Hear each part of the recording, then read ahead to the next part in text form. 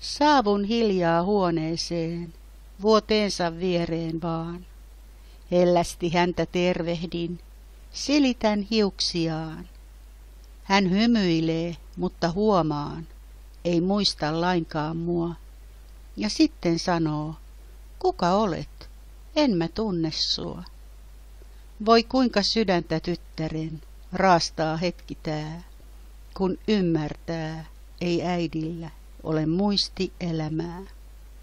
Hän makaa hiljaa vuoteessaan, tekee touhujaan, mihin hoitajat ohjaavat, mitä tehdä annetaan. Harvoin, liian harvoin häntä ulos vien. Hän ei todellakaan muista, mitä on rantatie. Me katselemme yhdessä vanhoja valokuvia. Hän alkaa kauniisti hymyillä isän kuvan kohdalla ja sitten aivan yllättäen kysyy minulta näin. Muistatko sinä ollenkaan, milloin ne minun ja Matin häät ovatkaan?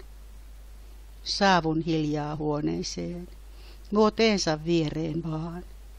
Hellästi häntä tervehdin, silitän hiuksiaan. Hän hymyilee, mutta huomaan, ei muista lainkaan mua. Ja sitten sanoo, kuka olet? En mä tunne sua.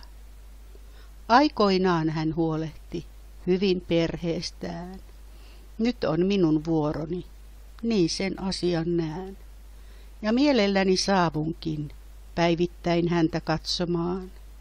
Vaan kun suljen oven osaston, minä hiljaa itken vaan.